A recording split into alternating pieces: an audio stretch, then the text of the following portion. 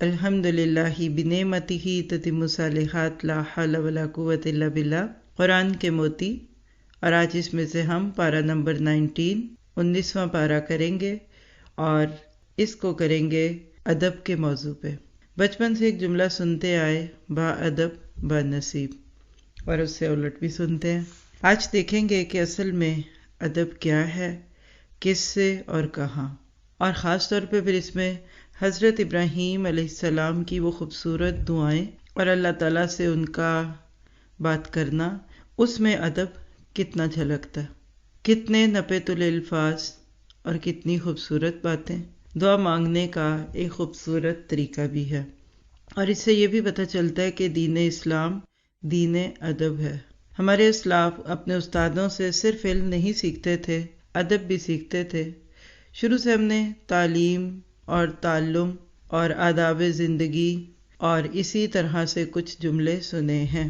آج کے دور کو اگر ہم ذرا سا پیچھے سے لے کر چلیں تو آج علم کا تو دورہ ہے، بلکہ غرہ ہے، بڑا مان ہے، ڈگریوں پہ یونیورسٹیز کے نام گاڑیوں کے پیچھے لگائے جاتے ہیں اور سو آن۔ اور رشتہ کرتے وقت سب سے پہلے یہ پوچھا جاتا ہے کہ بچہ ہے کیا۔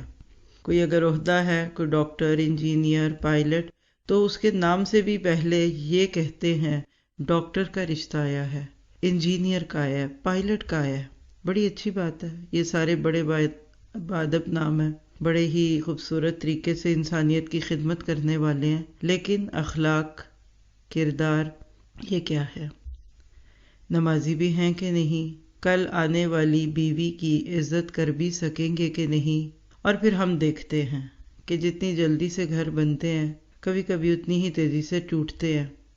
پتہ کیا چلتا ہے کہ وہ لڑکا ٹھیک نہیں نکلا، اور یہ اور سو آن۔ وہ باتیں میں کیوں کروں جو آپ کو پہلے سے پتہ ہے؟ میں تو یہاں آپ کو وہ دینے آتی ہوں جو شاید آپ کے اور میرے لیے نئی چیز ہو اور ہم اس کو سمجھ کر سیکھ سکیں۔ تو لہٰذا ادب کا بہت اعلیٰ مقام ہے۔ بڑے بڑے ائمہ کرام بھی کہا کرتے تھے کہ ہم نے اپنے استادوں سے پہلی دفعہ میں علم سیکھا اور پھر بار بار جا جا کر وہاں ادب سیکھا۔ قرآن تو ماں باپ کے سامنے بیٹھنے کا طریقہ بھی سکھاتا ہے، اور اللہ کے نبی صلی اللہ علیہ وسلم کی حدیث جبرائیل، جس میں ایک شاگرد بن کر آنے والے جو بظاہر ایک انسان کے روپ میں تھے لیکن نبی تھے، انہوں نے تو بیٹھنے کے ادب اور آداب اور طور طریقوں سے سکھا دیا تھا کہ جب تک صراحی سرنگو نہیں ہوگی پیمانہ نہیں بھرے گا۔ عموماً دیکھا گیا ہے کہ وہی بچے بعد میں بڑے کام کرتے ہیں جو اپنے استادوں کے مؤدب ہوتے ہیں۔ اسلام نے تعلیم سے زیادہ ادب پر زور دیا، اور استاد کو مؤدب کہتے ہیں، یعنی ادب سکھانے والا۔ ایک ہوتا ہے مؤدب، وہ شاگرد جس نے ادب سیکھ لیا، ٹھیک ہے؟ تو مؤدب ادب سکھانے والا، اور ادب کا تعلق فطرت سے ہے۔ آپ دیکھیے کہ اللہ تعالیٰ نے انسان کو جو دنیا میں بھیجا نا، تو بڑا ہی کمپلیکس سا بنا کر بھیجا۔ اس کے اندر اتنی مشینیں لگا دیں کہ حیرت گم ہوتی ہے جب انسان اپنے آپ کو دیکھتا ہے۔ ایک ظاہری فیچرز، قد کاٹ، رنگ ڈھنگ ہوتا ہے نا، اسی طرح ایک اندر کی چیز بھی ہے، اور یہ ادب وہی چیز ہے جس کو مینر کہتے ہیں، اسی کو ایٹیٹیوڈ کہتے ہیں، یعنی اچھا یا برا معاملہ، کس طریقے سے انسان اللہ تعالیٰ کے ساتھ معاملہ کرتا ہے، تو وہ اندر کا حسن دکھاتا ہے۔ آج لوگ بچے استادوں کے نام لیتے دیکھے گئے، پاؤں ٹیبل پہ اور تکیے کو ٹیک لگائی ہوئی، یہ ٹھیک نہیں ہے۔ انسان کی فطرت سے ہے کہ وہ اپنے سے بڑے کا ادب کرے۔ یاد رکھیے، انسان دو چیزوں سے مل کر بنتا ہے، ایک ہے فطرت اور ایک ہے جبلت۔ میرا آپ کا جسم جو ظاہر میں ایک دوسرے کو دکھتا ہے، دیکھا جائے تو جانوروں کا بھی ایسا ہی ہوتا ہے۔ ٹھیک ہے، قد کاٹ کا فرق ہے، رنگ کا فرق ہے، ڈھنگ کا، لیکن فزیکل بینگ تو جانور بھی ہوتا ہے اور انسان بھی ہوتا ہے۔ کھاتا جانور بھی اور انسان بھی ہے، سوتا بھی ہے، اور اسی طرح بہت ساری چیزیں دونوں میں کامن ہے، لیکن جانوروں میں ادب نہیں ہوتے۔ جانوروں کے اندر اس چیز کی سینس نہیں ہے کہ ان کو کسی دوسرے کے آنے پر کیا کرنا ہے اور کیا نہیں کرنا۔ بالکل اسی طرح سے انسان کا ادب بتاتا ہے کہ وہ جانوروں سے کس حد تک ممتاز ہے۔ انسان کی سوچ جتنی اعلیٰ ہوگی اتنا زیادہ اس کی انسانیت کا مقام بڑھتا جائے گا، تو سوچ صحیح کی جائے تو ادب ٹھیک ہو جاتا ہے۔ یاد رکھیں ادب کا تعلق انسان کی فطرت سے ہے۔ اللہ تعالیٰ جب کسی بچے کو دنیا میں بھیجتے ہیں نا تو وہ ادب لے کر آتا ہے، پھر اگر اس کی اچھی پرورش کر دی جائے، اچھے طریقے سے پرورش کیا جائے تو وہ بچہ بہت ہی مہذب ہوتا ہے۔ بعض چھوٹے چھوٹے بچے آپ دیکھتے ہیں کتنے ویل مینرڈ ہوتے ہیں، دوسروں کی محبتیں بھی لیتے ہیں اور دعائیں بھی لیتے ہیں، اور کچھ عرصے اسی طرح رہنے کے بعد پھر وہ ادب عادت میں ڈھل جاتا ہے۔ جن بچوں کو بچپن سے ہی بیٹھنے، اٹھنے، کھانے، پینے، چلنے کے آداب سکھائے جاتے ہیں نا، وہ بعد میں پھر بالکل ویسے ہو جاتے ہیں۔ ہمارے بڑے تو پاؤں رکھنا بھی سکھاتے تھے، پاؤں کو گھسیٹ کے نہیں چلنا، لٹکا کے نہیں چلنا، اور اسی طرح سے۔ تو آئیے دیکھتے ہیں کہ ادب کی اقسام اور طریقہ کار کیا ہے، اور ہمارے ادب کا سب سے زیادہ مستحق کون ہے؟ اللہ تعالیٰ۔ پھر انسان کا ادب اللہ تعالیٰ کے ساتھ کیسا ہوتا ہے اور کیا ہوتا ہے؟ پہلی چیز، کسی کو اس کے ساتھ شریک نہ ٹھہرائیے۔ اللہ تعالیٰ کے ساتھ ادب کا تقاضا ہے کہ لا الہ الا اللہ۔ مشرک بے ادب ہوتا ہے، وہ اللہ کے ما سوا سے بھی بعض دفعہ وہی امیدیں لگا لیتا ہے، وہی طریقے کرنا چاہتا ہے جو کہ اللہ تعالیٰ کے ساتھ ہوتے ہیں۔ تو اللہ تعالیٰ کے ساتھ جب تعلق بگڑتا ہے نا تو اس کا پھر اثر کس پر آتا ہے؟ انسانوں کے ساتھ ہمارے تعلق میں۔ جتنا زیادہ آپ اللہ تعالیٰ کی قدر کرتے جائیں گے، اللہ تعالیٰ آپ کو خوبصورت سے خوبصورت انسان بناتا جائے گا۔ پھر اسی طرح ڈرنا، صرف اللہ سے ڈرنا، یہ بادبی ہے، اور اس کے برعکس بے ادبی ہے۔ واتقوا اللہ حق تقاتہ، اللہ سے اس سے کم ڈرنا جتنا کہ ڈرنے کا حق ہے، بے ادبی ہوگی۔ جب ہم اللہ سے ڈر کر گناہ چھوڑ دیتے ہیں تو ہم اللہ کی عزت کر رہے ہوتے ہیں۔ ہم کسی بڑے کے سامنے غلط کام نہیں کرتے۔ اکیلے میں انسان تھوڑا سا لین ہو جاتا ہے، لیئر ہو جاتا ہے، عجیب حرکتیں کر سکتا ہے، لیکن جو ہی کوئی سامنے آتا ہے ہم بالکل سنبھل کر بیٹھ جاتے ہیں، اپنے کپڑوں کو ٹھیک کرتے ہیں۔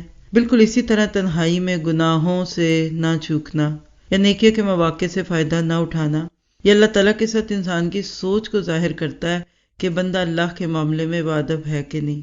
تیسری چیز اللہ تعالیٰ کے ساتھ ادب کے معاملے میں کیا ہے؟ اللہ اکبر، اللہ تعالیٰ کو سب سے بڑا ماننا، اس کو اس کے مقام پہ رکھنا۔ اگر نماز میں اللہ اکبر کہے تو پھر عملی زندگی میں بھی اس کو اکبر کہے، کیونکہ جو اکبر ہو جاتا ہے نا اس کی ہر بات بھی اکبر ہو جاتی ہے۔ پھر اس سے اگلی چیز اللہ تعالیٰ سے تعلق میں ادب والی خشوع ہے۔ اللہ تعالیٰ کے سامنے خشوع کے ساتھ کھڑا ہونا ادب ہے۔ آپ کے دل میں کسی کے لیے جو مقام ہوتا ہے نا، کیسے پتہ چلتا ہے؟ وہ اس کے آپ کے سامنے کھڑے ہونے سے، اس کے آپ کی طرف دیکھنے سے، اس سے پتہ چلتا ہے۔ جس کے دل میں عزت ہوتی ہے نا، اس کی وجہ قطع بتاتی ہے کہ وہ آپ سے محبت کرتا ہے، کہنا نہیں پڑتا۔ یہ کوئی بازاری محبتیں نہیں ہوتی، آئی لو یو کہہ کر پھول دے دو تو پھر ہی پتہ چلے۔ تو نماز میں خشوع اس وقت آتا ہے جب واقعی بندہ اللہ تعالیٰ کا حق ادا کرتا ہے۔ پھر اگلی چیز اللہ تعالیٰ سے ادب میں کیا ہے کہ اس کی تسبیح اور تعریف کی جائے۔ سبح للہ ما فی السماوات، اور یسبح للہ سے قرآن پاک کی صورتیں جو شروع ہوتی ہیں ان کو ذہن میں لے آئیے۔ پھر اسی طرح سے سب سے زیادہ اللہ کا ذکر کیا جائے، اپنے دل میں اللہ کی محبت کو محسوس کیا جائے، اپنی زندگی کا مرکز اور محور اللہ تعالیٰ کو بنایا جائے، اور کہہ لیجئے کہ میرا جینا، میرا مرنا سب کچھ اللہ کے لیے ہے۔ دوسرے لفظوں میں آپ اس کو للہیت بھی کہہ سکتے ہیں۔ اور سورۃ مائدہ میں تو کہا گیا وَكُونُوا رَبَّانِيِّينَ، رب والے بن جاؤ، یعنی انسان کو دیکھ کر لگے کہ یہ رب والا ہے۔ اور اللہ کے نبی کی وہ حدیث کہ کچھ لوگ ایسے ہیں کہ جن کو دیکھیں تو رب یاد آ جائے، ایسے بن جائیں کہ آپ کی سوچ اور سب چیزیں اللہ کی طرف متوجہ ہوں۔ پھر اسی طرح ایک اور چیز نوٹ کر لیجئے کہ جہاں کہیں اللہ تعالیٰ کا نام لکھا ہوا مل جائے تو صفحے یا کاغذ کو اوپر اٹھا کر رکھ دے، پورے شعور کے ساتھ ان کاپیوں اور کتابوں کی عزت کرے جن پر اللہ کا نام لکھا ہو۔ اور پہلے دور میں کسی کو اگر زمین سے کاغذ اٹھا کر چھریوں میں دیتا دیکھ لیتے تو کہتے تھے کہ یہ مسلمان ملک ہے۔ فلیفٹی ایک شخص جس نے ہسٹری آف عربس نام کی ایک کتاب لکھی، تو اس نے اس میں یہ چیز نوٹ کی ہے کہ مسلمان وہ ہیں کہ جو کتابوں کی اور کاغذوں کی بڑی عزت کرتے ہیں۔ آج آپ دیکھتے جائیے کتنے غیر محسوس طریقے سے ہم بدل گئے۔ ہماری نسلوں میں پڑھے لکھے بھی تو ہیں لیکن ادب کے لحاظ سے کمزوری ہے، اور وہ شاید اس کو اتنا فیل بھی نہ کریں، لیکن اصل بات یہ ہے کہ جس کو جتنا اوپر جانا ہوتا ہے نا، وہ اتنا ہی زیادہ پھر اس کے لیے اپنے پروں کو سمیٹ کے اور سکیڑ کے رکھتا ہے۔ پھر ایک اور چیز اللہ تعالیٰ سے ادب کی، اور وہ کیا ہے کہ اللہ کے نام کی جھوٹی قسمیں نہ کھائی جائیں، بلکہ کھائی ہی نہ جائے۔ کہاں کہ جھوٹی کھانی، کیونکہ جب آپ قسم کھاتے ہیں نا تو آپ اللہ تعالیٰ کو گواہ بناتے ہیں، تو اللہ تعالیٰ کو ایسی بے معنی ہستی نہیں ہے کہ بات بات پر آپ اس کی قسمیں کھائیں۔ پھر ایک اور ادب نوٹ کیجئے کہ اللہ کا نام لے کر کسی اچھے کام سے نہ رک جائے۔ مثلا کسی کا رشتہ کروایا، بعد میں باتیں سننی پڑی تو قسم کھا لی کہ آئندہ میں یہ کام نہیں کروں اور کراؤں گا۔ اس سے اگلی بات جو بہت ہی اہم ہے وہ کیا ہے کہ اللہ کے ناموں کو وسیلہ بنا کر دعائیں مانگی جائے، جیسے اسماء الحسنی ہے، یا رحمان تیرے رحم کے وسیلے، اور اسی طرح اللہ تعالیٰ کے ناموں کے ساتھ پکارا جائے۔ اگر واسطہ وسیلہ دینا ہے اس کا وسیلہ دیا جائے۔ پھر اسی طرح اللہ کے لیے کوئی نیا نام ایجاد نہ کیا جائے، اللہ نے جو نام دے دیے بس وہی ہے۔ یعنی ہم اللہ تعالیٰ کو شافی کہہ سکتے ہیں لیکن ڈاکٹر نہیں کہہ سکتے۔ پھر اسی طرح لغو چیزوں پر اللہ کا نام نہ لیں، بلکہ شعور سے بات کریں، سوچ کے بولیے۔ جتنا انسان کے دل میں اللہ کا ادب آئے گا اتنا اثر ہوگا اس کا کہ اس کے اعمال میں پھر اس کا عکس دکھے گا، اعمال اچھے ہوں گے، پھر اتنا ہی قرآن کا ادب ہوگا، جس کا کلام پھر اس کی بھی اتنی ہی قدر ہوگی۔ تو آپ کہہ سکتے ہیں کہ پھر اس ایک ادب سے ایک دوسرا ادب ہم کیا کریں؟ قرآن پاک کا ادب کریں۔ جب اللہ تعالیٰ کا کلام سنیں تو اس کا ادب کریں، غور سے سنیں۔ قرآن خود کہتا ہے کہ جب قرآن پڑھا جائے تو خاموش رہو اور غور سے سنو تاکہ تم پہ رحم کیا جائے۔ پھر قرآن کا ادب کیا ہے کہ ان محفلوں کی قدر کی جائے جہاں اللہ کا کلام ہو، بے ترتیب نہ بیٹھا جائے، بے دلی سے وہاں نہ بیٹھا جائے۔ قرآن کی مجلس میں سو جانا بے ادبی کی بات ہوگی، ویسے آنکھ لگ جائے تو اٹس اوکے، لیکن جان بوجھ کے کہ چلو وہاں جا کے بوری ہونا ہے تو سوتے ہیں، کیونکہ ہم سوتے کب ہیں؟ جب دلچسپی نہیں ہوتی۔ کوئی خاندانی سیاست پر بات ہو رہی ہو تو ذرا دیکھیے کیسے کان کھڑے ہوتے ہیں، اور ملکی سیاست کے پیر تو ہم خود بھی حصے دار بنتے ہیں۔ کسی چیز میں ہمارا فائدہ ہو تو کیا ہم سو جائیں گے؟ قرآن کی محفل میں وہی سوتا ہے جس کا دل قرآن میں نہیں ہوتا۔ پھر اسی طرح قرآن کی بات کرنے والے کو بیچ میں ٹوک دینا، بس رہنے دیں۔ پھر اسی طرح قرآن کی مجلسوں کا ادب کیا ہے کہ بیٹھتے ہوئے ہر اس چیز کو اپنے سے دور کریں جو آپ کو غافل کرے۔ مثلا فون پر میسج کرنا، آپ کی فون کی رنگ برنگی بیلیں اس محفل میں بجنے لگیں، یہ بے ادبی ہے۔ قرآن صرف اسی کے دل پر اترے گا جو اس کو لینے کے لیے ہر طرح سے کٹے گا۔ وَتَبَتَّلْ إِلَيْهِ تَبْتِيلًا۔ ہم قرآن سنتے ہیں لیکن ہدایت نہیں ملتی۔ بعض دفعہ ہم سن رہے ہوتے ہیں لیکن ہمارے کانوں سے ٹکرا رہا ہوتا ہے اور ہم پلان کر رہے ہوتے ہیں کہ رات کو افطاری میں کیا بنانا ہے اور اس طرح کی باتیں۔ اس کے بعد آگے چلتے ہیں تو انسانوں کے ساتھ ادب، اور انسانوں میں سب سے زیادہ ادب کا مقام محمد مصطفیٰ صلی اللہ علیہ وسلم کا ہے۔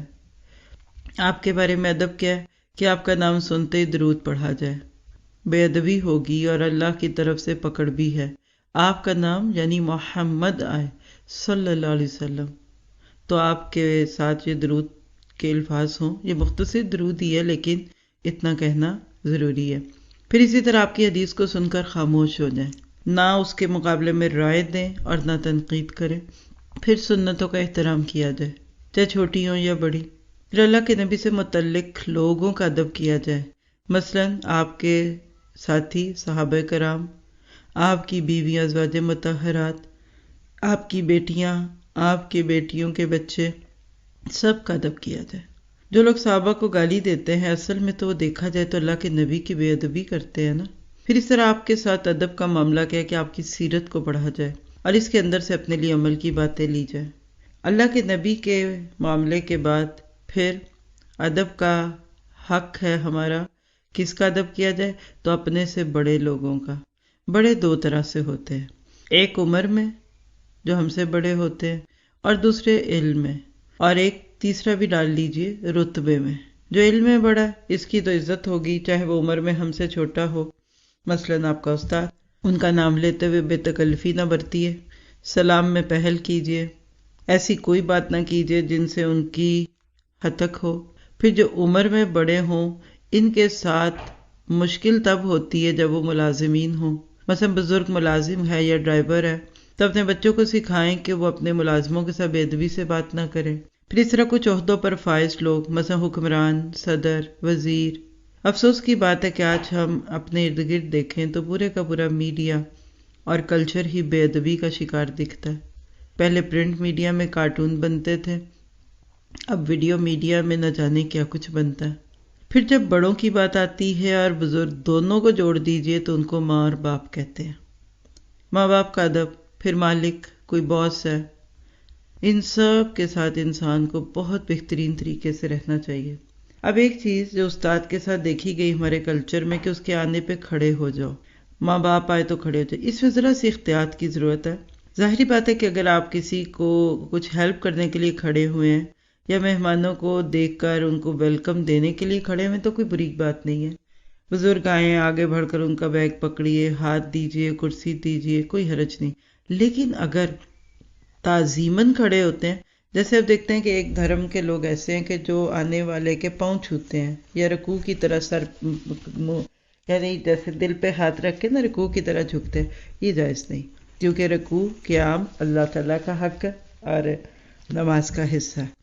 تو گویا کہ آپ یہ کہہ سکتے ہیں کہ ایک ویلکم دینے کے لیے کھڑا ہونا اور بات ہے، لیکن دل میں یہ کہ استاد آئے اور یہ بڑا ہے تو اس کو عزت دینے کے لیے کھڑا ہونا، یہ نان اسلامک طریقہ ہے۔ اللہ کے نبی نے منع کیا تھا صحابہ کو، جب وہ حبشہ میں یہ کچھ دیکھ کر آئے تو آپ نے پھر ان کو منع کر دیا۔ لیکن آج ہمارے اپنے اسکولوں میں ایسا ہوتا ہے تو اس سے پرہیز کرنا چاہیے، اور طریقے سکھائیے جس سے بچے کے دل میں استاد کی عزت ہو۔ اور اسی طرح سے اب دیکھیے بادشاہوں کے آنے پہ درباری کھڑے ہو جاتے تھے۔ صحابہ نے کہا ہم تو آپ سے ان سے زیادہ محبت کرتے ہیں، تو آپ نے فرمایا کہ نہیں، کھڑا ہونا ہے تو اللہ کے لیے نماز میں کھڑے ہوں گے۔ پھر اسی طرح بڑوں کے ادب میں ایک اور بات ہے کہ بات نہیں کاٹنی چاہیے ان کی۔ اکثر بڑے بات کو بار بار دہراتے ہیں، صبر کیجئے، اپنا وقت یاد کر لیں کہ کل ہم بھی اس عمر کو پہنچیں گے۔ پھر بڑوں کا ادب یہ کہ دور سے ان کو آواز نہ دی جائے، سوائے اس کے کہ انہیں کسی چیز سے خطرہ ہے اور آپ ان کو بتانا چاہ رہے ہیں کہ آگے نہ جائیے، رک جائیے، اس طرح کی بات۔ پہلے دور میں اگر ماں باپ کے بلانے پہ دور بیٹھا بچہ بولے نا جی، تو بڑے غصہ کر کے کہتے تھے ایس جی نو وٹا لانا ہے، یعنی کیا فائدہ اس جی کا، پاس ہو۔ تو آج آپ دیکھیے کہ یہ چیزیں بہت کم ہو گئی ہیں۔ ہم نے اپنے بچوں کو اتنا زیادہ پیمپر کر لیا، اتنا زیادہ ان کو ہم نے ان چیزوں کا عادی کر دیا کہ ان کو پتہ ہی نہیں چلتا کہ ہم کچھ غلط بھی کر رہے ہیں کہ نہیں کر رہے۔ پھر اسی طرح سے آپ دیکھیے کہ ایک اور چیز ہے کہ اگر وہ کوئی بات نہ سمجھیں تو بحث نہ کیجیے، بڑوں سے پیار سے سمجھائیے، ادب سے سکھائیے۔ بعض اوقات بڑے ضدی ہو جاتے ہیں تو بس کہہ لیجئے کہ وَجَعَلْنَا بَعْضَكُمْ لِبَعْضٍ فِتْنَةً أَتَصْبِرُونَ۔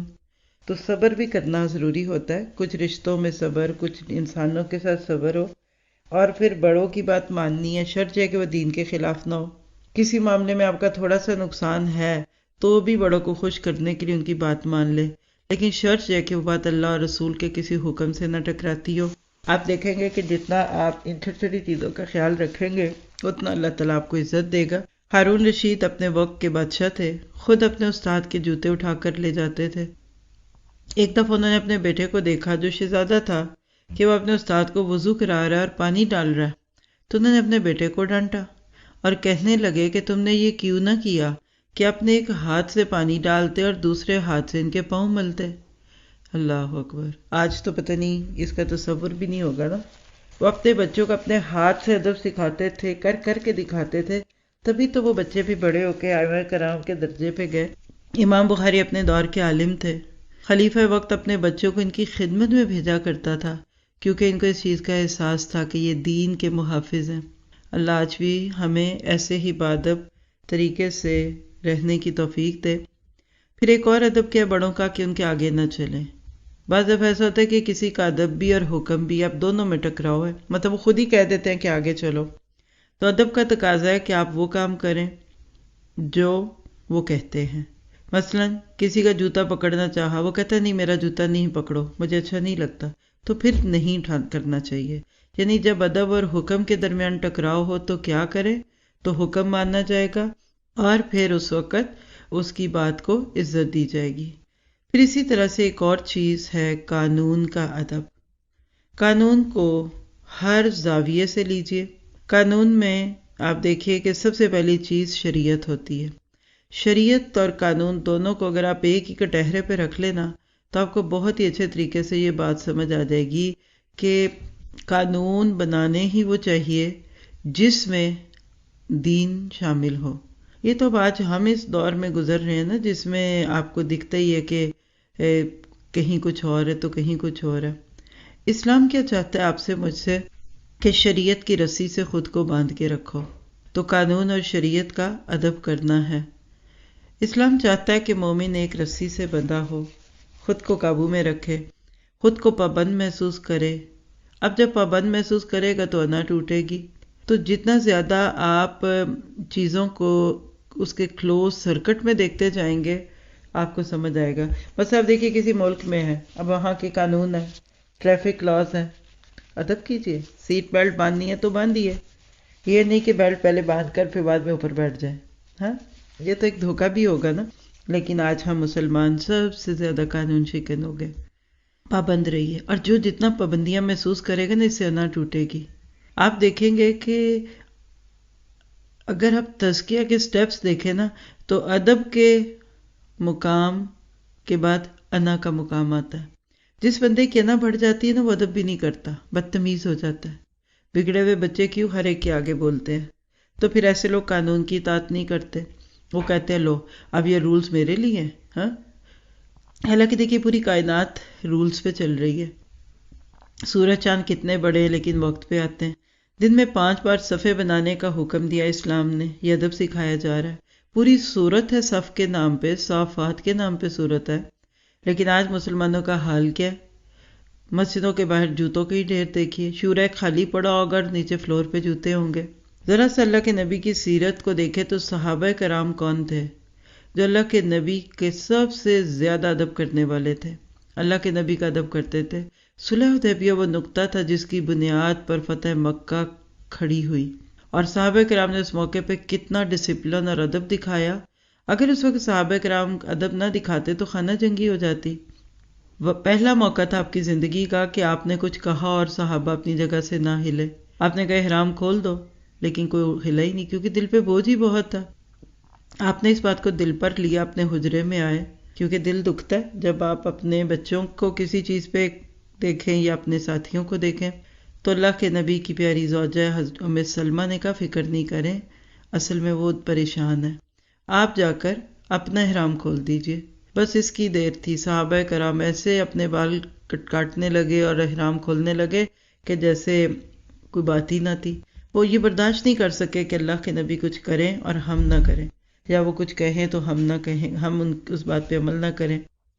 حضرت عمر نے ایسے موقع پہ ذرا سی سخت کلامی کر دی کہ اللہ کے نبی آپ سچے ہیں تو آپ ان کی ون سائیڈڈ شرائط کیوں مان رہے ہیں؟ بعد میں کہتے ہیں میں نے اپنا یہ گناہ معاف کرانے کے لیے کتنے ہی غلام آزاد کیے، کیونکہ مجھے ایسے نہیں بولنا چاہیے تھا۔ آپ دیکھیے خالد بن ولید، حضرت علی رضی اللہ عنہ جیسے لوگ اتنے بہادر، بعد میں بہادریوں کے جوہر دکھائے، لیکن جہاں روکنا ہوتا رک جاتے، جہاں چلنے کو حکم ہوتا چل پڑتے۔ آج ہم مسلمانوں کو اس کی ضرورت ہے۔ جتنی اطاعت ہوگی اتنی یکجہتی ہوگی۔ مکہ کی عظیم الشان فتح کا نقطہ آغاز قانون کے ادب سے ہوا تھا، اور اللہ کے نبی صلی اللہ علیہ وسلم نے اپنے صحابہ کی تربیت ایسے ہی کی تھی۔ آج ہم اپنے آپ کو دیکھیں، ہم ذرا سا منہ ادھر کرتے ہیں ہمارے رویے بدل جاتے ہیں، قانون بنتے بھی اور ٹوٹتے بھی ہیں، اور ہم اپنی جگہ سے ہلتے بھی نہیں ہیں۔ پھر اسی طرح ایک آخری چیز دیکھیے گا کہ ادب 2 طرح سے ہوتا ہے، ایک ظاہری پہلو سے اور ایک باطنی۔ ظاہری پہلو حرکات کو دیکھتا ہے، آپ کیسے چلتے ہیں، کیسے بیٹھتے ہیں، جبکہ جو باطنی ادب ہے نا، یعنی ادب کا باطنی پہلو، یہ اصل میں آپ کے دل کی حالت ہے۔ اس کو آپ اردو میں کہتے ہیں ادب و احترام، اور احترام کا لفظ حرمت سے ہے۔ جس دل میں کسی چیز کی حرمت ہوتی ہے تو پھر اس کا اثر عادات پہ آتا ہے۔ تو اللہ تعالیٰ ہمیں باادب بنا دے۔ آئیے ذرا چند لفظوں میں اپنا محاسبہ کر لیتے ہیں۔ کیا میں اللہ کی دی ہوئی چیزوں کو اللہ کے راستے میں لگاتی ہوں؟ مال، علم، اولاد، وقت وغیرہ۔ کیا میرا اخلاق اللہ کی رضا کے لیے ہوتا ہے یا دوسروں کو دکھانے کے لیے ہوتا ہے؟ پھر گھر والوں سے ادب پہ اپنا محاسبے کا نقطہ لیجئے کہ میری جو آواز فون پر ہوتی ہے دوسروں سے بات کرتے وقت، کیا وہی گھر والوں سے بات کرتے ہوئے ہوتی ہے؟ افسوس کی بات ہے، ہم سب سے زیادہ بد اخلاق اپنے گھر والوں میں ہوتے ہیں۔ شوہر صاحب باہر ہیں تو ہر دل عزیز ہیں، اور بیگم کو دیکھا تو غصہ آ گیا۔ حالانکہ اللہ کے نبی نے فرمایا تم میں سے بہترین وہ ہے جو اپنے گھر والوں کے ساتھ بہتر ہے، اور میں اپنے گھر والوں میں سب سے بہتر ہوں۔ پھر اس طرح ایک سوال کیجئے خود سے، کیا میں نماز کی توفیق ملنے کو اللہ کا احسان سمجھتی ہوں؟ کیا میں شعوری طور پر اللہ تعالیٰ سے باتیں کرتی ہوں؟ کبھی اللہ کی طرف سے کوئی آزمائش آ جائے تو شکوہ کرتی ہوں یا اس کی طرف رجوع کرتی ہوں؟ قرآن کی محفلوں میں میرے دل کی کیا کیفیت ہوتی ہے؟ کیا میری نظر گھڑی پر تو نہیں ہوتی؟ بار بار فون پر میسج تو چیک نہیں کرتی؟ ہم جب تک ادب کے انداز نہیں بدلیں گے ہمیں علم نہیں ملے گا۔ پارے کی آیات کو اگر ایک گو میں دیکھ لیں تو سورۃ فرقان کی آیت 21 سے یہ پارہ شروع ہوتا ہے، اور اصل میں اللہ کی ملاقات کا یقین انسان کے رویے کو بدل دیتا ہے۔ انسان بالکل آزاد ہو جاتا ہے، اس کو کسی اور چیز کی فکر نہیں رہتی۔ صحابہ کرام کی یہی چیز پختہ تھی، اس لیے ان کو بار بار روکنا یا ٹوکنا نہیں پڑتا تھا۔ تو لہٰذا جب تک ہمارے ادب ٹھیک نہیں ہوتے ہم آخرت کی پیشی کا بھی پوری طرح یقین نہیں رکھتے۔ پھر اسی طرح قیامت کے دن مشرکین کی نیکیوں کو خاک میں اڑا دینے کی بات ہوئی کہ اہل جنت کا حساب تھوڑے سے وقت میں ہو جائے گا۔ اللہ کے نبی صلی اللہ علیہ وسلم کا ساتھ نہ دینا ان کی بے ادبی کرنا ہے۔ پھر بری دوستیاں، بری صحبت اللہ کے راستے سے ہٹا دیتی ہے۔ قوم لوط پر پتھروں کی بارش، غیر فطری فعل کے مرتکب ہوئے، اور اسی طرح سے بنی اسرائیل بے ادب قوم تھی۔ اور ہم اس میں دیکھتے ہیں کہ بہترین دوستی جو اللہ کے لیے ہو اور دشمنی صرف اللہ کے لیے ہو، یہ ادب کا اعلیٰ نمونہ ہے۔ پھر آیت 43 میں کہا گیا کہ کیا تم نے اس کو دیکھا، آرائیتا من اتخذ الہہ ہواہ، کہ جس نے اپنی خواہش کو اپنا خدا بنا لیا، تو خود کو پوجنے والا شخص جو چاہا کھایا، جو چاہا پہنا، جو بول دیا، وہ کسی کے قانون میں آتا ہی نہیں ہے، کسی کی طرف اس کی توجہ جاتی ہی نہیں ہے۔ پھر اسی طرح اللہ کے دین کو نہ سننے اور نہ سمجھنے والوں کی مثال آتی ہے، بالکل کالانعام ہے، جب دل چاہا بول لیا، جو دل چاہا کھا لیا، صبر ہی نہیں ہے۔ پھر آیت 45 سے 47 میں دیکھے تو خواہشوں کی سطح پر یعنی ہوا کے درجے پہ جینا یہ بدترین جینا ہے کہ انسان فطرت کی بجائے جبلت کی سطح پہ جینے لگے، ایٹ ڈرنک اور بی میری ہی ہو۔ پھر کائنات کی نشانیاں بتا کر دکھایا گیا کہ سورج اللہ کے حکموں پہ چل رہا ہے، تم کیوں نہیں چل پاتے؟ پھر بادلوں اور بارشوں کا ذکر ہے کہ قرآن کی بارش مردہ دلوں کو زندہ کرتی ہے۔ آیت 52 بہت اہم آیت ہے اس کی، جس پہ الگ سے ٹاپکس بھی ہیں، اور آپ اگر دورہ قرآن میں ہی یہ پارہ سن لیں تو اس پہ بہت ڈیٹیل سے بات ہوتی ہے۔ وَجَاهِدْهُمْ بِهِ جِهَادًا كَبِيرًا، اور قرآن کی تعلیم کے ساتھ ہی فرکشن تو شروع ہو ہی جاتی ہے۔ پہلے انسان اپنے نفس کی خواہشوں سے بچتا ہے، پھر آہستہ آہستہ گھر والے، پھر معاشرہ، برادری، اس کے ساتھ چپکلیں شروع ہوتی ہے، لیکن اسی میں ہی اجر ہے۔ پھر آیت 53-54 میں دو مختلف ذہنوں کی بات ہے، خاص طور پہ سسرالی رشتوں کا تذکرہ، اور زندگی کا بہترین اصول کہ خود کو ٹھیک کر لو، مجاہدانہ صفات پیدا کرو، محنت کرو گے اللہ تمہارے لیے دلوں میں جگہ ڈال دے گا۔ پھر آیت 56 میں دین کی دعوت دینے کی حکمت ہے کہ لوگوں تک اللہ کا پیغام پہنچا دو، پر ان کے پیچھے نہ پڑو، یعنی ان کو زچ نہ کر دو، چڑھا نہ دو۔ پھر آیت 57 سے پتہ چلتا ہے کہ سچا دیندار لوگوں کو دین کی طرف آتا دیکھ کر خوش ہوتا ہے، اور جو دل میں ہوگا وہی رویوں میں دکھے گا۔ تو لوگوں کے لیے دلوں میں اچھے جذبات رکھیے، پھر لوگوں پر نظر نہ لگائے، رب پر لگائے، وہ اپنے کام خود کروا لے گا۔ اللہ کی صفت الہ ہونے کی بیان کی گئی کہ جس کی نظریں الہ پر ہوں گی وہ اس کو مایوس نہیں کرے گا۔ اور آیت 58 میں دین کے راستے کی مشکلات کا تذکرہ ہے۔ آیت 59 میں وَمَا قَدَرُ اللَّهَ حَقَّ قَدْرِهِ، کہ اللہ کی قدر کسی قدر کرنے والے سے پوچھئے۔ اپنے گناہ لوگوں کو نہ بتائیے، خبر کے لیے اللہ ہی کافی ہے، اور غلط کام کرتے کرتے کسی نقصان سے بچ جاتے ہیں، نیکی کے کام پر جمے رہتے ہیں۔ پھر آیت 61 میں ٹیم ورک ہے کائنات کا، سورج، چاند، ستارے ایک ساتھ کام کر رہے ہیں، کوئی کسی کی لیگ پولنگ نہیں، کوئی حسد نہیں، کوئی جیلسی نہیں۔ اگر تم بھی دنیا میں ایسا کرو گے تو تم بھی دنیا میں ستارے بن کے چمکو گے۔ اور آیت 62 میں اللہ تعالیٰ کی نشانیاں ہیں۔ پھر 63 سے 66 میں عباد الرحمن کی نشانیاں، نرم چال والے، راتوں کے عبادت گزار، آخرت کی فکر کرنے والے۔ 67 سے 71 پچھلے گناہوں پر معافی مانگنے والے اور مستقبل میں نہ کرنے کا عزم کرنے والے اور جھوٹی اور بیہودہ محفلوں سے پرہیز کرنے والے، اور پھر اینڈ تک دیکھیں گے 73 74 میں قرآن کو غور سے سننے والے اور یہ دعا کرنے والے کہ اللہ گھر والے ہمارے مشن کے ساتھی بن جائیں، ربنا ہب لنا من ازواجنا وذریاتنا قرۃ اعین وجعلنا للمتقین اماما۔ اور گھر والے آنکھوں کی ٹھنڈک تب بنیں گے جب ہماری آنکھوں کی ٹھنڈک نماز بنے گی۔ پھر آیت 77 سے پتہ چلتا ہے کہ تکبر کی وجہ سے لوگ اللہ سے دعا نہیں مانگتے، یہ بھی اللہ تعالیٰ کے ساتھ بے ادبی کا اظہار ہے۔ اس کے بعد سورۃ شورى میں پہلی آیت میں کتاب کی بات ہے کہ اس کتاب میں کوئی چیز چھپی بھی نہیں۔ آیت 2 میں اللہ کے نبی کی اس بے چینی اور تڑپ کا ذکر ہے کہ لعلک باخع نفسک، یعنی آپ دوسروں کی گمراہی پہ دل کڑھاتے ہیں۔ پھر آیت 5 قرآن کی دعوت کو سنجیدگی سے لینے کی دعوت دیتی ہے۔ آیت 13 میں موسیٰ علیہ السلام کا ادب ہے اللہ سے بات کرنے میں، اور ہوتے ہوتے پھر انبیاء کرام کے قصوں میں آیت 69 اور آنورڈ حضرت ابراہیم کی با ادب گفتگو۔ توحید اور تقویٰ وہ چیز ہے جو بندے سے عمل کرواتی ہے، انسان اپنی گفتگو سے پہچانا جاتا ہے۔ فرعون بے ادب شخص تھا، اللہ نے اس کو ڈبو دیا، اور نصیحت جب پہنچ جاتی ہے نا، پھر کوئی مانے نہ مانے اس کی بنیاد پہ عذاب آتا ہے۔ پھر آیت 210 سے 11 تک مکہ والوں کا الزام کہ شیطان آپ کے پاس پیغام لے کر آتا ہے۔ 214 میں دوسری وحی ہے ترتیب میں، اور ابتدائی وحی میں وانذر عشیرتک الاقربین، ہمیں بھی اسی میں پیغام ہے۔ پھر نبی صلی اللہ علیہ وسلم کا نام سنتے ہی درود پڑھنے کی ضرورت ہے۔ آیت 224 میں 4 صفات شاعروں کی کہ جن کو اگر سامنے رکھیے تو شاعری بری نہیں ہے، شعر جو ہیں وہ ایمان والے ہوں، شاعری میں کوئی ایسی چیز نہ ہو جو ایمان سے ٹکراتی ہو۔ پھر شاعر عملی زندگی میں نیک کام بھی کرنے والے ہوں، اللہ کو کثرت سے یاد کرنے والے ہوں، اور ہنسی مذاق نہ ہو، حق کی حمایت میں ہو۔